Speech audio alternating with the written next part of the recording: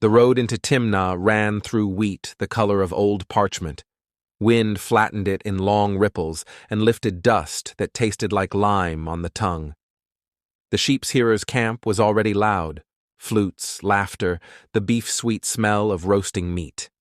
Judah rode in tired and quiet, a man who had outlived both of his first two sons and the certainty that used to anchor his judgments. He carried his staff across his lap and wore the seal and cord of his house at his throat. People greeted him with respect. He returned it with a nod and the practiced look of someone who does not want condolences. Years earlier, he had taken a Canaanite wife, Shua's daughter. They had 3 boys, then Onan, then Shelah. When was old enough, Judah arranged a marriage with a woman named Tamar from a nearby family. Strong hands and steady eyes, the kind of daughter-in-law who could keep a household upright. The wedding days were filled with music and teasing about children. No child came. Something else came instead. The text says only that was wicked in the sight of the Lord. Nothing specific, no list, no charge sheet. He died before he and Tamar ever had an heir. The mourning days were bitter and short, because work presses even on grief. The law that governed their valley was older than any tablet in Judah's tent. If a man died childless, his brother was to take the widow and raise up offspring for the dead man, so the name would not vanish, and the land would not slide to other hands. Judah told Onan to go into Tamar and do what was required. Onan did the math instead. A son counted as heirs would stand before him in future reckonings, would gather inheritance that Onan would rather hold in his own fist. When he lay with Tamar, he spilled his seed on the ground, night after night, a gesture that looked like obedience from a distance, and turned to refusal on inspection. Word for that kind of refusal is short in any language. It was seen and judged. Onan died too. After the second funeral, the house emptied of laughter. Judah carried the silence like an injury. He watched his youngest, Shelah, with a father's shrinking hope and fear. 2 sons gone to the same woman, 2 funerals tied to the same bed. Reason says, patterns don't make guilt. A man in pain thinks otherwise. Judah told Tamar to return to her father's house and wait until Shelah grew. He said it plainly and sent her with provisions, and she went without theatrics because the world she lived in left little room for a woman to make a case. She took off her wedding garments, put on a daughter's dress again, and waited for a summons that did not come. Time moved in household measures. Jars filled, bread baked, goats counted. Shelah's voice changed. He took to the hills with other boys and came back with dust around his ankles and stories about jackals on the ridge. Tamar watched him grow and watched messengers come and go from Judah's tents without ever turning toward her door. She kept a widow's reserve and did as she was told, but anger entered the room and sat down at her table like a 4th meal. It did not shout. It counted. She had a right by custom and oath to a child who would carry name, a seat at Judah's future. Waiting had become a way to erase her. Then Shua's daughter died. Judah shaved, put on the clothes of a mourner, and kept the days.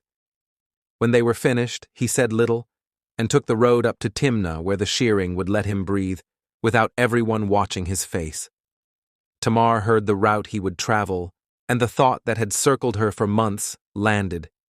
If Judah would not do what was right by oath and law, she would force the truth into daylight. She wrapped herself in a veil and a traveler's cloak, the kind a woman might wear to keep dust out of her mouth and men's eyes off her business. She went to the entrance of Enaim where 2 roads met, sat on the roadside wall, and waited. She was not hunting some stranger, not selling an hour to the first man who stopped. She was aiming for the one man who had both power and responsibility in her case. When Judah came down the road, he saw a figure in a veil at a gate on a festival evening, the kind of sight men pass without comment, and sometimes cross toward because they are lonely and because it is easier to buy warmth than to speak honestly to grief. He approached her and negotiated without names. "Let me come into you," he said, with a voice that tried to sound light. She asked what he would give. He said a young goat from the flock, the currency of men who lived by animals. She asked for a pledge until the goat arrived, his seal, the cord it hung from, and his staff. It was a precise request, not a casual price. She was asking for the identifiers of a household, the sign and the signatures. He gave them without thinking long because lust is quick and because those items felt personal, not political. He went into her, and the thing meant to be done for in the proper way happened in that improper place. She left early, took off the veil, and put on again the clothes of a widow. The old routines looked sharper, like something seen after washing grit from your eyes. 3 months later, the change in her body showed. People notice everything in small towns when a woman's waist thickens. They told Judah, and the report came with moral heat. "Your daughter-in-law has been immoral. She is pregnant." The law had hard edges. A woman promised to a household who lay with another man was charged with adultery. He gave the command without stopping to count his part in the equation. "Bring her out," he said, "and let her be burned." Rage sometimes sounds like justice when spoken quickly enough. They brought her to the open place. She did not bow or weep or throw herself on the ground. She sent a message and 3 objects in a small wrap. "By the man to whom these belong, I am pregnant," she said. "Please examine whose they are, the seal and the cord and the staff." Judah took them into his hands and forgot to breathe for a moment. The seal held the mark he'd pressed into clay since he was young. The cord was the one he'd worn through 2 seasons of harvest. The staff was the stick his hand knew in the dark. He looked from the objects to the woman and felt the floor fall a few inches under his feet as a different truth settled. He had withheld Sheila. She had forced him to face what he had made her. His voice was smaller when it came. "She is more righteous than I," he said, and no one argued. He did not touch her again. The charge died in the air because the community understood the sentence he had pronounced against himself. Righteousness here did not mean spotless. It meant straight compared to a line that bent. Tamar had sought the right that was hers. Judah had denied the right that was his to grant. The wrong night did not erase the fact that she had restored what the house had tried to abandon. Her time came with complication. The midwives felt 2 heads and spoke in that quick, focused tone women use when something is not going as planned. Twins. A hand reached out first, and someone tied a red thread around the wrist to mark the older.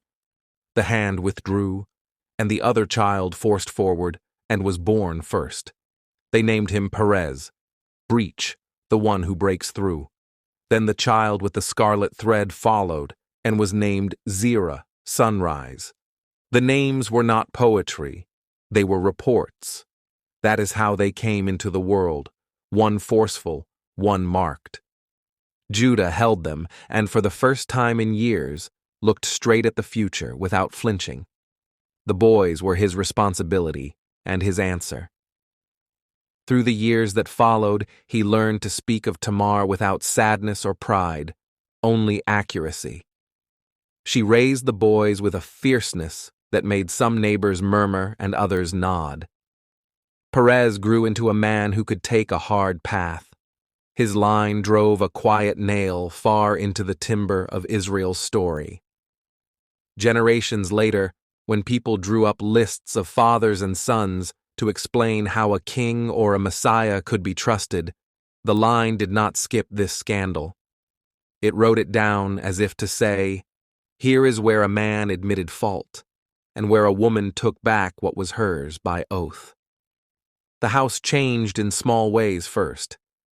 Judah stopped talking about Shayla as if he were the only solution to anything. The boys learned two versions of the story: what the law required, and what happened when a father kept it to himself. They learned what a seal and a staff are worth in the wrong hands, and why a man shouldn't carry them into a situation where his name could be bartered. They learned, too, how a decision to deny justice sets a trap that will spring later with more pain than if the truth had been faced when it first knocked. Years after Timnah, Judah would stand in another place where oath and family collided. A younger son, this time his brother's child, would be demanded as a pledge for food in a foreign court. Judah would offer himself instead, the kind of substitution a man makes only after he has learned how keeping back what is owed poisons a house. People say a story like Tamar's is about one shameful night. It is not. It is about a house redirected by the courage of one woman and the moment a man finally told the truth about himself in front of everyone. If you walk the road to Timnah at dusk, you can picture it as it happened: the dust, the veil, the moment a seal lands in a woman's palm, and a future is purchased at the price of a man's pride. No thunderclap followed. Only 3 lives shifted into alignment: a woman kept from erasure, a father who admitted his part, and a child who would carry a name forward that almost went out. Thank you for listening to Divine Crime. Subscribe for more true stories from the most dangerous book ever written.